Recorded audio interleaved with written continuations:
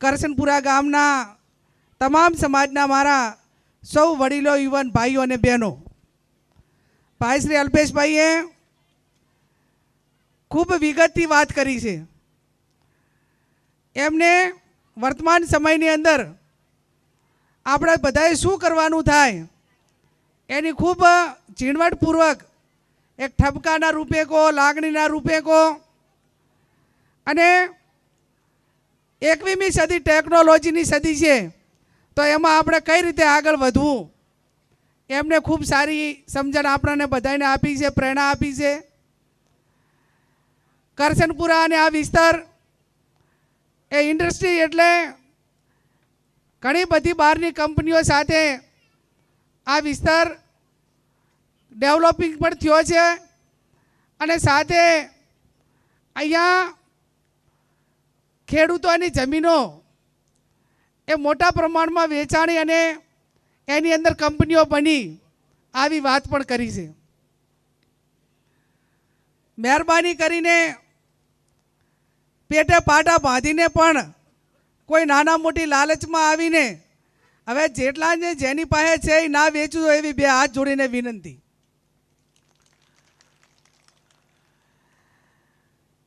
ઘણી બધી પ્રકારના નશા હોય, સત્તાનો નશો હોય, સંપત્તિનો નશો હોય, ધાર્મિક નશો હોય, અલગ અલગ અનેક પ્રકારનો નશો હોય, જુગારનો નશો હોય.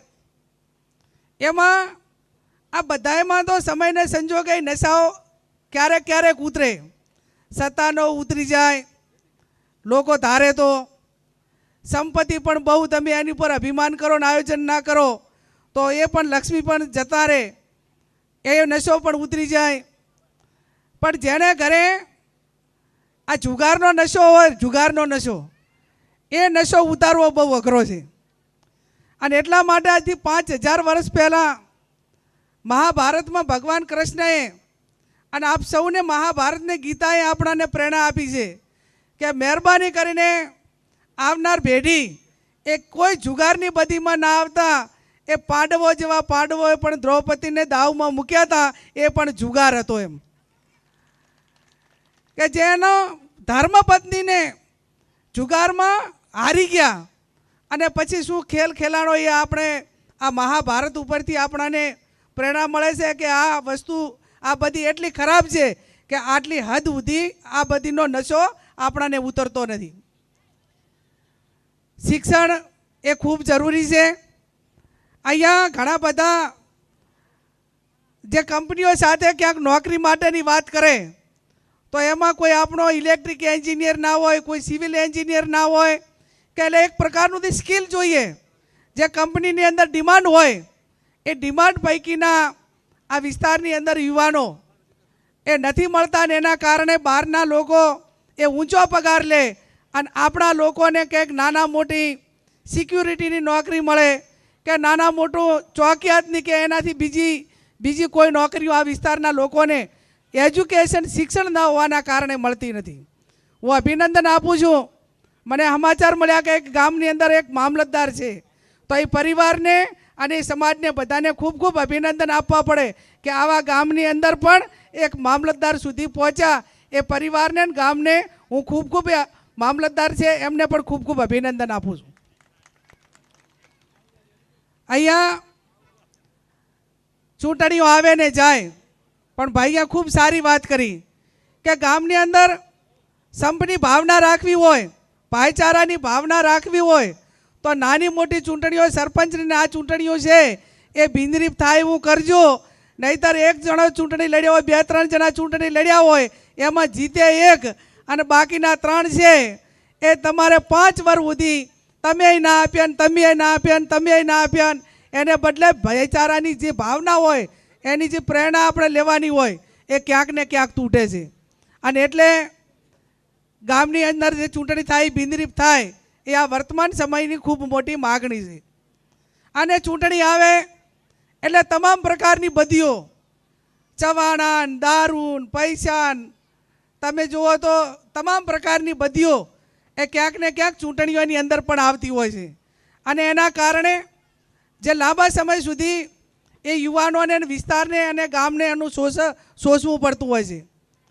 એમને કીધું કે આ ગામ એ રબારી સમાજ હોય, દલિત સમાજ હોય, ઠાકોર સમાજ હોય, બીજા પણ નાના મોટા સમાજો હોય, આ સમાજોને ભાઈચારાની ભાવના માટેની વાત કરી અને મોટા સમાજ એ નાના સમાજને સાચવવા માટેની જવાબદારી એ મોટા સમાજોની છે. આજે આપણી સંસ્કૃતિ રહી છે, આપણી પરંપરા રહી છે કે ગામની અંદર એક વાલ્મીકી સમાજમાંથી કોઈ બહાર આપણે દીકરીના લગ્ન કરેલા હોય અને એનો ભાણિયો ગામની અંદર આવે ને તો એ દલિત સમાજ હોય, ઠાકોર સમાજ હોય કે રબારી સમાજ હોય, એને ભાણિયા તરીકે બધાય નવાજે છે. એ આપણી આજે પણ સંસ્કૃતિ રહી છે. અને એ સંસ્કૃતિ શા માટે રહી કે આપણી ભાઈચારાની ભાવના ગામડાની અંદર આજે પણ સાચવાઈ રહી છે. ત્યારે હું માતાજીને પ્રાર્થના કરું, મા સખત માતાને પ્રાર્થના કરું કે આ ગામમાં ભાઈચારાની ભાવના રહે, તમામ લોકો વ્યસનોથી દૂર રહે અને જે રીતે બનાસકાંઠા હોય, પાટણ હોય, ત્યાં આ વખતે 2 મહિનાની અંદર જે સમાજે ઠાકોર સમાજે 4/1/2026ના રોજ બંધારણ કર્યું, એના પછી બાકીના 8 સમાજે કર્યું. દલિત સમાજે કર્યું, રબારી સમાજે કર્યું, જાગીરદાર સમાજે, એવા અલગ અલગ 8 સમાજે સામાજિક જે પ્રસંગો છે એની અંદર કઈ રીતે સમરસતા આવે, કઈ રીતે ભાઈચારાની ભાવના આવે અને કઈ રીતે ખર્ચા ઓછા થાય એના માટે કરીને જે બંધારણ બનાવ્યું. અને એમાં હમણાં છેલ્લા 2 મહિનાની અંદર અમે ઠાકોર સમાજનું ખાલી ગણિત ગણ્યું તો બનાસકાંઠાની અંદર 1000 લગ્ન એ 18 તાલુકાની અંદર થયા સર્વે પ્રમાણે. અને 18 લગ્નની અંદર ઓછામાં ઓછો મિનિમમ ખર્ચો એ 5 લાખનો ફાયદો ગણ્યા ને તો 1000 લગ્નની અંદર એ 50 કરોડનો ફાયદો એ એકલા એક ઠાકોર સમાજને થયો. આવા તમામ સમાજોને લાખો કરોડો રૂપિયાનો ફાયદો થયો. ત્યારે મારે સ્ટેજના આગેવાનોને વિનંતી કરવી છે કે આ વિસ્તારમાં અમદાવાદ, ગાંધીનગર, મહેસાણા આ 3 જિલ્લા એ જે બનાસકાંઠા, પાટણ અને વાવ થરાદ આ 3-4 જિલ્લાનું જે બંધારણ થયું એવું ને એવું બંધારણ આ વિસ્તારની અંદર સમરસતા લાવવા માટે કરીને કરે. એના હિસાબે કરોડપતિની દીકરીના લગ્ન હોય તો એટલું જ, અને એક નાનામાં નાનો ગરીબ પરિવારની દીકરીના લગ્ન હોય તો પણ એટલું જ એની અંદર ખર્ચો કરી શકાય આવું બંધારણ લાવ્યું. એના કારણે આ 2 મહિનાની અંદર બનાસકાંઠા કે એ વિસ્તારની અંદર જ્યારે અખાત્રી આવતી એ ટાઈમે પહેલાં દીકરા દીકરીના લગ્ન હોય તો કાં તો જમીન ગીરવે મૂકવી પડે, કાંઈ તો એની અંદર જે આપેલી હોય તો ઉપાડ લેવો પડે, અને ઉપાડ ન આપે તો એ વેચવી પડે એમાંથી થોડા ઘણી. આ 2 મહિનાની અંદર આટલા લગ્નો થયા પણ એક પણ વીઘો જમીન ક્યાંય ગીરવે નથી મૂકી, કોઈએ વેચી નથી કે એની અંદર ઉપાડ નથી લીધો. આ બંધારણ કર્યું એટલા માટે કરીને સમાજ કરોડોના ખર્ચામાંથી બહાર નીકળ્યો. ત્યારે આવનાર સમયની અંદર આ વિસ્તારમાં જે મેં કીધું એમ બંધારણ માટેની એક ઝુંબેશ ઉપડે અને ચૂંટણીઓ આવે ને જાય. હું તો એટલા સુધી કહું છું કે કોઈ પણ સમાજ હોય તો એને રાજકીય આગેવાનો એ તમને પ્રેરણા પૂરી પાડશે, પણ જ્યાં સુધી સમાજમાં જાગૃતતા નહીં આવે, નીચેથી તળિયેથી સુધારો નહીં થાય, ત્યાં સુધી ધારાસભ્યો હોય, સંસદ સભ્યો હોય કે સરકારમાં બેઠેલા લોકો એ જેટલું પરિણામ લાવવા માગે છે એ તમારા સાથ સહકાર વગર આવી શકશે નહીં.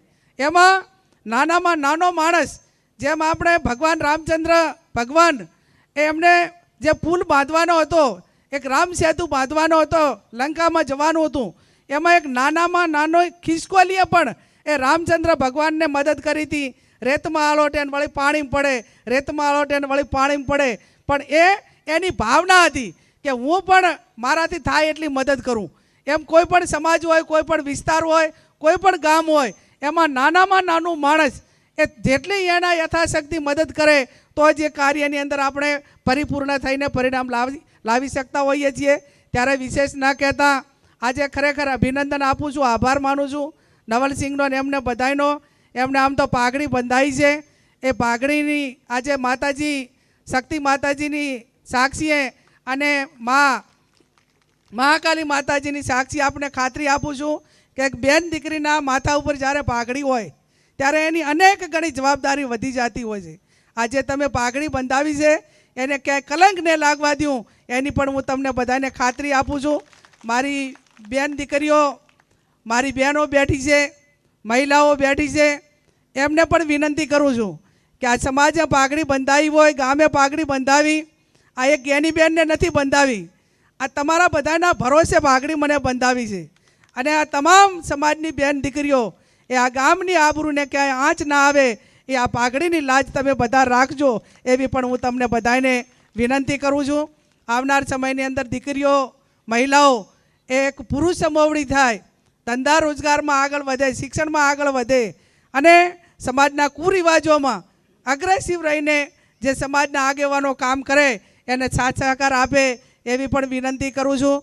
ફરી અહીંયા ખૂબ ભવ્ય સન્માન કર્યું, તમારા બધા વડીલોના દર્શન કરવાનો મોકો મળ્યો અને તમને બધાને ખાતરી આપીએ છીએ કે ચૂંટણીઓ હોય અને ભાજપને કોંગ્રેસ જે થવું હોય થાય, પણ સમાજનું કામ હોય, આમ જનતાનું કામ હોય, જનહિતના કાર્યો હોય તો બધા એક સ્ટેજ ઉપર આવી અને ભાજપની કોંગ્રેસની કોઈ પાર્ટીની વાત નહીં કરીએ પણ લોકહિતની, લોકોના હિત માટેની વાત કરશું. અને ક્યાંક એના માટે કાળી મજૂરી કરવી પડે તો પણ ગામડે ગામડે ફરીને કરશું. એ જ શબ્દ સાથે આપ સૌનો ખૂબ ખૂબ હૃદયપૂર્વક આભાર.